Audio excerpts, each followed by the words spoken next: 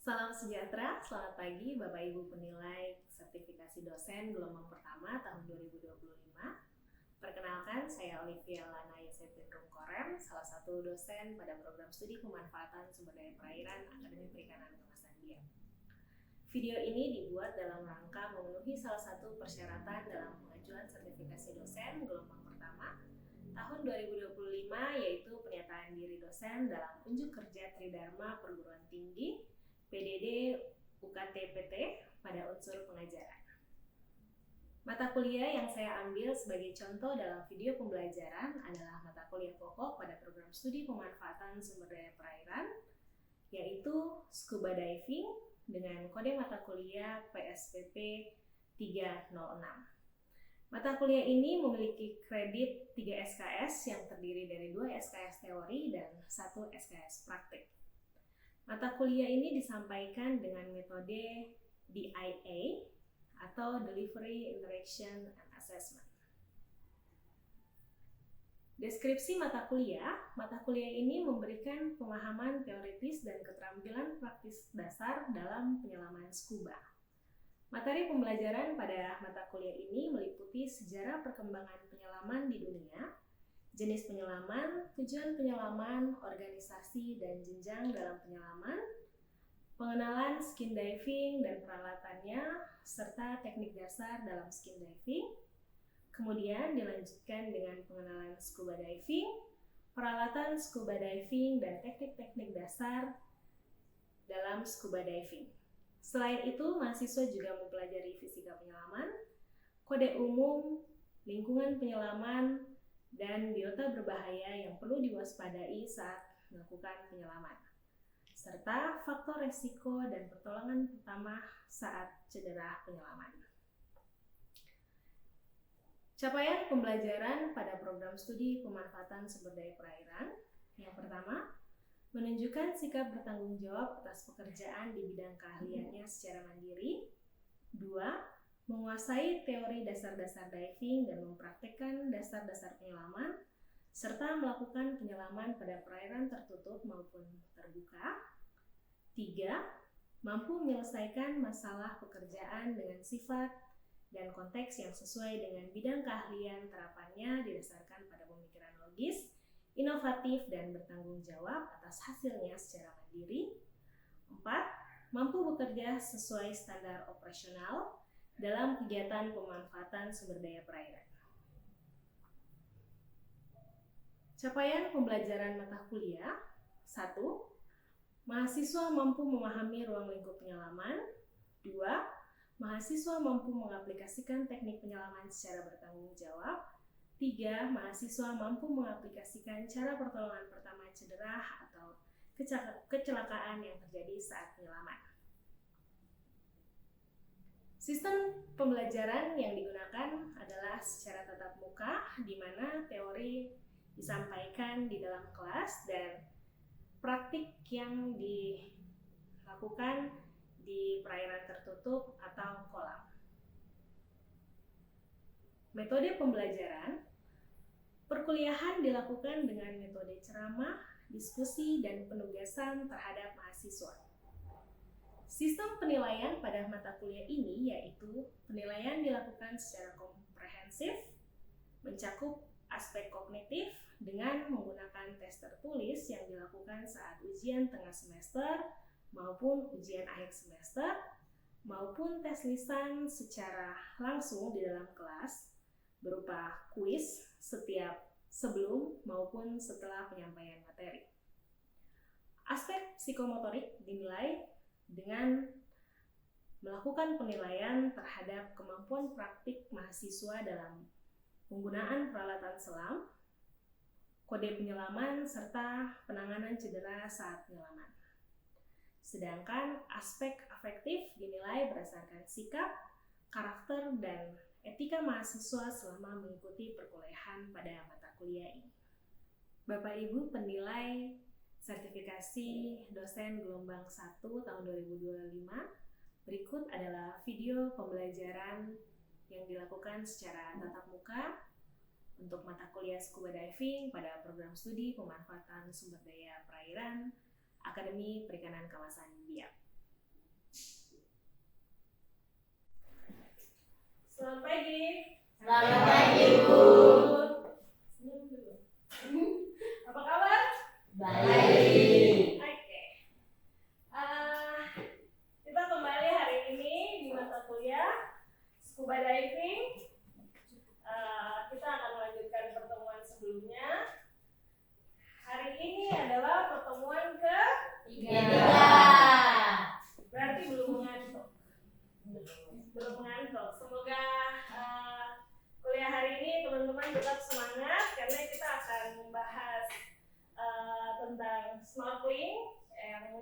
sudah dilakukan oleh teman-teman dalam kehidupan sehari-hari karena kita tinggal di tempat yang dikelilingi oleh laut.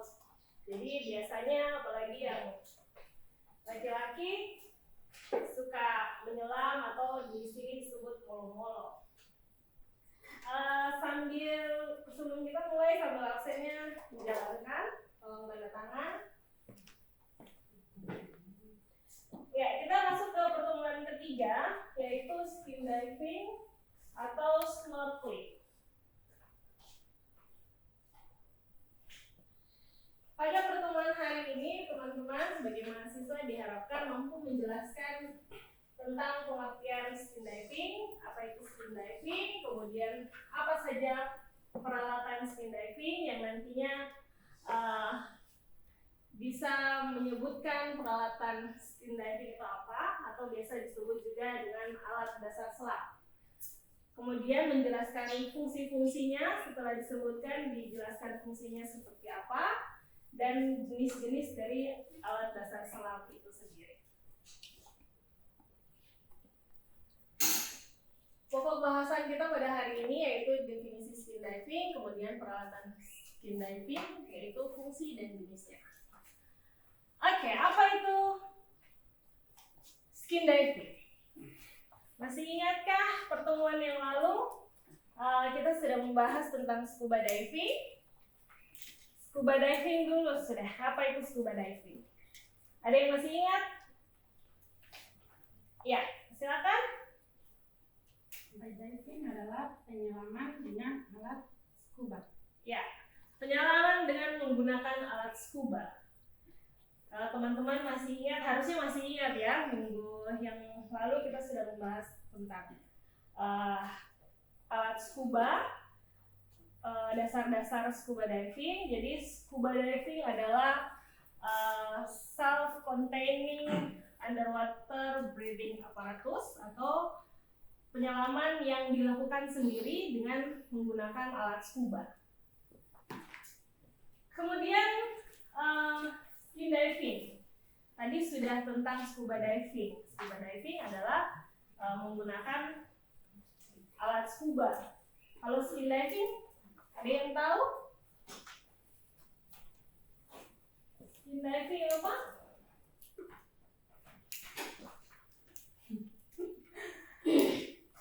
Coba lihat gambar ini kalau belum ada yang tahu. Coba lihat gambar ini, ada perbedaannya kah? Antara yang sebelah kiri ini ada tulisannya skin diving, kemudian yang kanan adalah scuba diving. Kalau dilihat dari gambar ini, apa perbedaannya? Izin, perbedaannya tidak menggunakan alat scuba diving. Scuba diving apa saja peralatan yang dipakai? Masih ingat? Masker, Oke. regulator, Apa lagi? pemberat, Oke.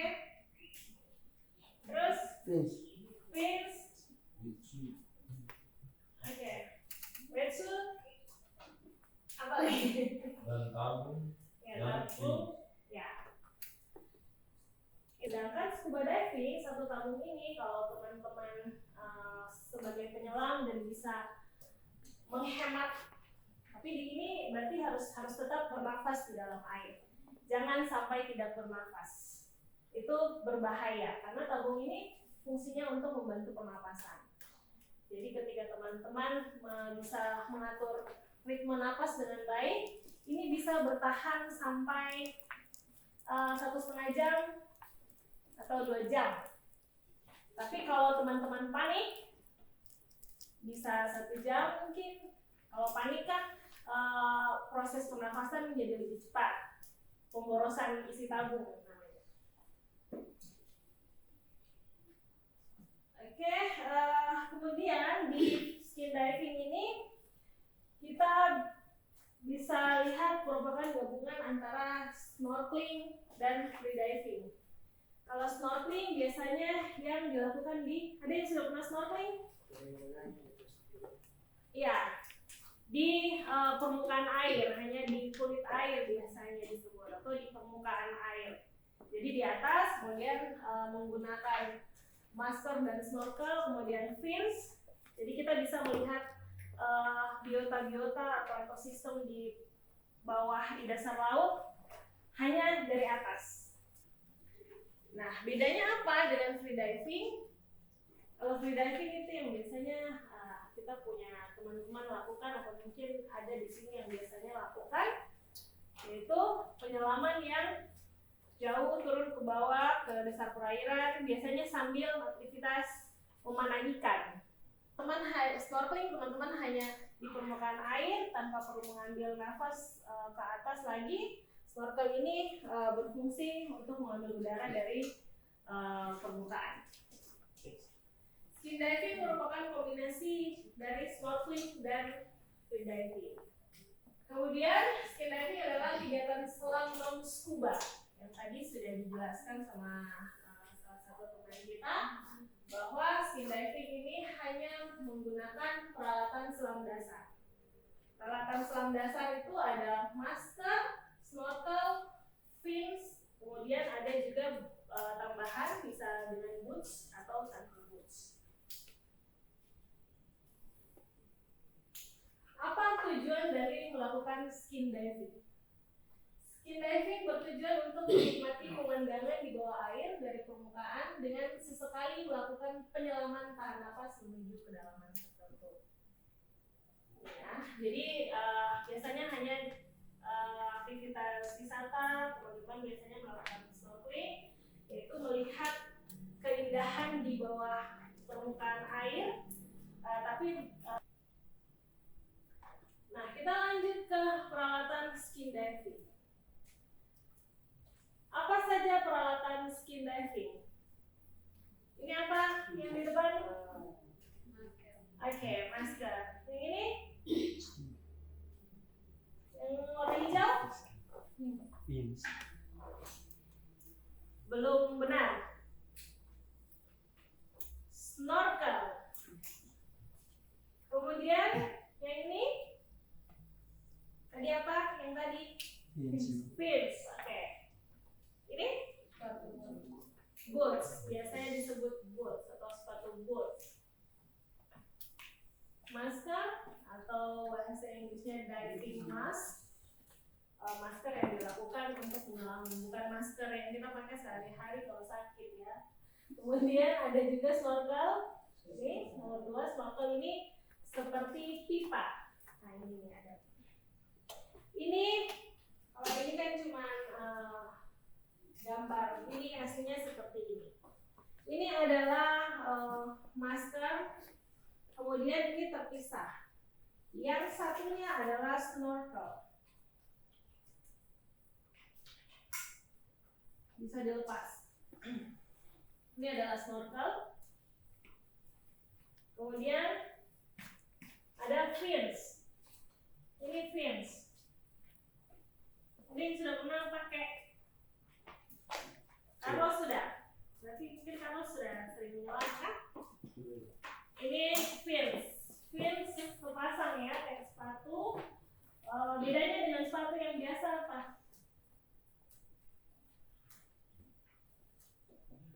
Coba lihat sepatu masing-masing. Bedanya apa? Iya. Ini ada lebih panjang. Fungsinya jika kita berenang, sapuan air akan lebih jauh. Beda dengan kita berenang biasa. Kemudian ada boots. Kapan boots itu dipakai? Ketika?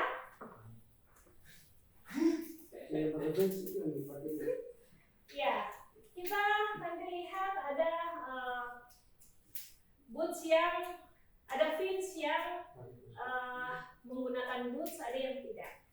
Nanti kita akan lihat satu-satu.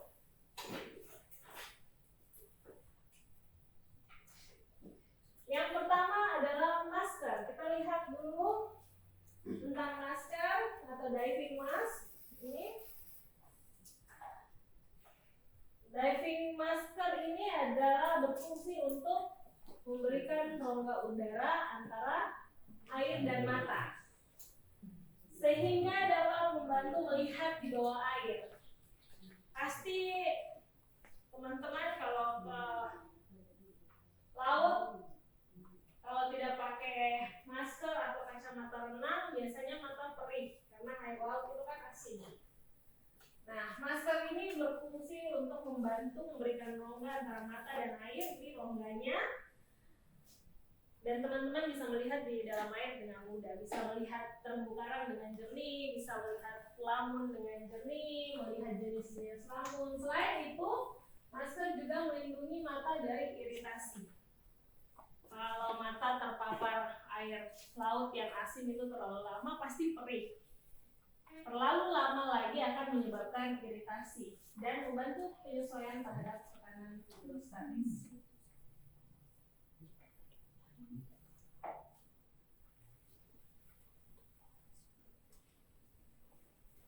Yang berikut adalah jenis-jenis dari masker. Jenis masker ini ada yang klasik, ada yang one lens, two lenses, 3, 4, frameless. Coba dilihat gambar ini dengan seksama. Apa perbedaannya antara masker keenam ini? Bedanya apa? Ada yang bisa bantu menjawab?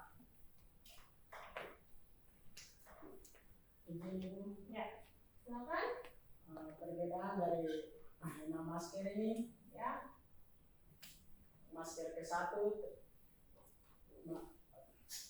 masker yang nomor 1, perbedaannya karena memiliki satu lensa. oke, satu lensa. Yang kedua masih sama, yang ketiga memiliki 2 lensa. Ya, Yang keempat memiliki 4 lensa.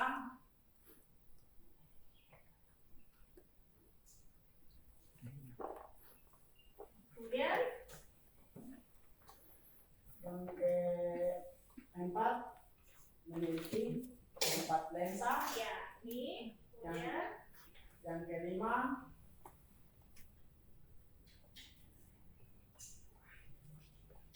ini frameless. Oke. Terima kasih Roy sudah membantu kita untuk melihat perbedaannya. Jadi ini ada 6. Yang pertama ini klasik. Kalau klasik ini model lensa yang masker yang lama, yang awal-awal tanpa ada pembatas. Jadi cuma seperti kaca bentuknya bulat, full digunakan di muka. Nah, kemudian ini ada one lens, seperti namanya, memiliki 1 lensa. Memang untuk 2 mata, tapi menggunakan 1 lensa. Maksudnya apa? Tidak ada pemisah di antara lensa ini. Kalau yang 2 lensa ada pemisahnya, sama seperti kacamata kita sehari-hari ada 2 lensa, kiri dan kanan. Ada pembatasnya. Kemudian yang berikut adalah 3 lenses atau 3 lensa. Menggunakan 3 lensa, yang 1 di depan, kemudian 1 di kiri dan 1 di kanan. Kalau yang 3 lensa ini teman-teman bisa ketika pakai bisa melirik. Jadi jangkauannya lebih luas, bisa melirik ke kanan atau ke kiri. Kalau yang tipe lensa seperti 1 dan 2 karena cuma di depan agak susah, teman-teman tidak bisa melirik apa yang ada di sebelah kiri atau kanan. Kecuali dengan membalikan badan gitu. Kemudian ini ada 4 atau 4, ada 2 lensa di depan, kemudian 1 di kiri dan 1 di kanan, dan yang terakhir adalah frameless. Ini biasanya digunakan untuk freediving karena ukurannya lebih kecil, lebih simple. Kalau ini berarti berapa lensa? 1. Ini 1 lensa. Nah, di belakang ini ada karet. Biasanya ada yang pakai, ada yang tidak, tergantung dari yang pakai. Kalau yang punya saya ini, saya pakai pelindung di belakang karena rambut panjang, jadi biar tidak kena rambut, gesek-gesek, jadi biar lebih aman saja. Bagaimana memilih masker yang baik? Teman-teman harus lihat kacanya harus terbuat dari kaca yang tahan terhadap tekanan. Kemudian volume kecil untuk mempermudah melakukan evaluasi. Kemudian penglihatan luas, ada nose pocket dan bahannya tidak menyebabkan iritasi. Nah, teman-teman lihat di gambar ini. Bisa dipilih sesuaikan dengan warna dan bentuk yang teman-teman sukai. Kemudian disesuaikan dengan bentuk wajah. Ketika menghirup napas dan masker itu tidak jatuh, berarti itu adalah masker yang sesuai dengan bentuk wajah teman-teman. Jadi dihirup, contohnya seperti ini. Ini nanti kalau ada yang ke toko, kalau mau beli masker, nah tarik napas kemudian tahan. Kalau tidak jatuh, berarti itu adalah masker yang pas dengan bentuk muka teman-teman. Kalau jatuh, berarti itu tidak pas dan jangan memilih yang itu karena akan menyebabkan air masuk waktu teman-teman menyelam. Kemudian yang kedua adalah snorkel. Apa fungsi dari snorkel? Yaitu membantu untuk pernapasan di permukaan air agar penyelam tidak perlu terlalu sering mengangkat kepala ke permukaan untuk mengambil nafas. Ini teman-teman akan menggunakan seperti ini, yang bagian mulutnya dikasih masuk, tapi jangan digigit. Jangan digigit, hanya buat menolong saja gigi dan bisa bernafas dengan baik. Ini posisinya harus, pipa ini posisinya harus berada di permukaan air. Ketika teman-teman jangan menunduk terlalu dalam karena akan terhirup air. Ini seperti pipa pernafasan. Ini adalah jenis-jenisnya, ada 1, 2, 3, 4, ada 4. Bagian-bagiannya ada strap buat klipnya, kemudian ada pipa fleksibel. Ini buat mulut, dan ini buat pembilasan. Jadi teman-teman bisa lihat ini adalah tipe klasik, kemudian tipe fleksibel, ada semi dry dan ada yang dry. Bedanya adalah klasik, ya sudah bentuknya masih klasik, ini pasangannya dengan masker yang klasik tadi. Kemudian fleksibel, karena sudah mulai ada pipa fleksibelnya. Kemudian ada semi dry dan dry. Kalau semi dry ini seperti yang saya pegang.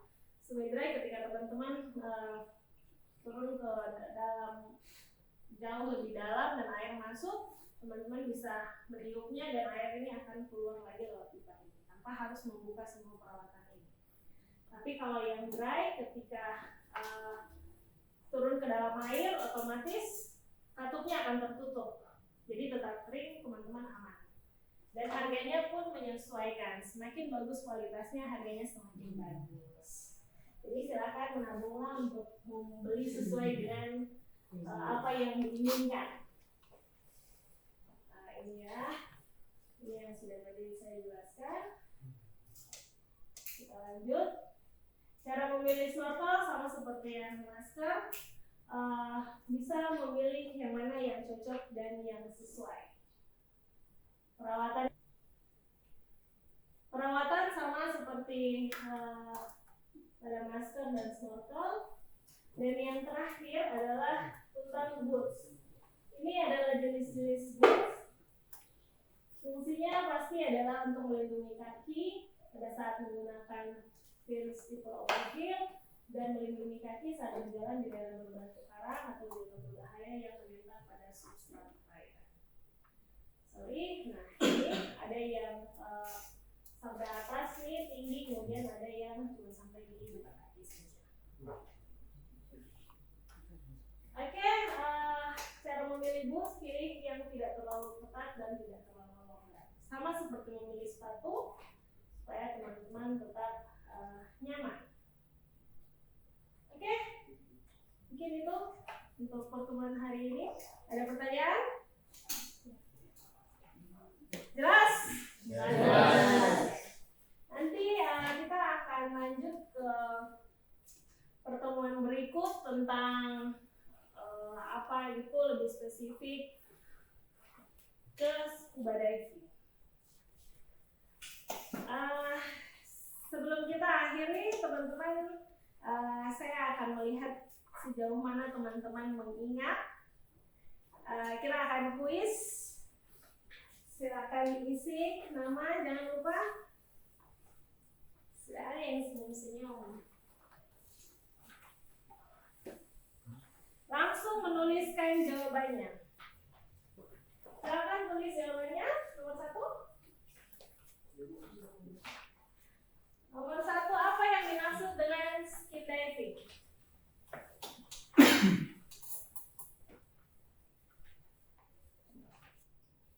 Nomor 2, sebutkan peralatan skin diving.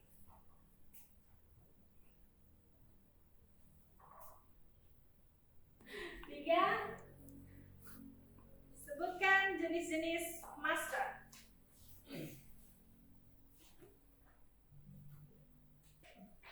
4, sebutkan cara perawatan masker.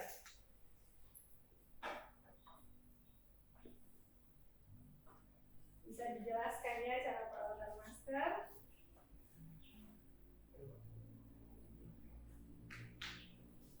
5,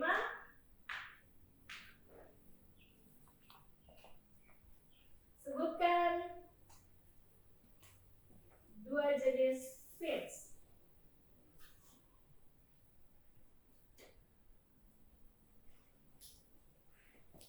6, absennya mana? Tolong dikembalikan. Absen.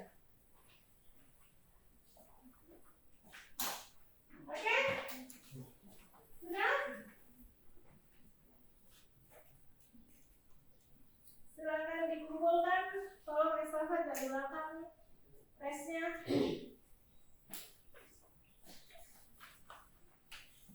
Nilai ini akan ditambahkan ke nilai tugas. Oke, terima kasih untuk hari ini.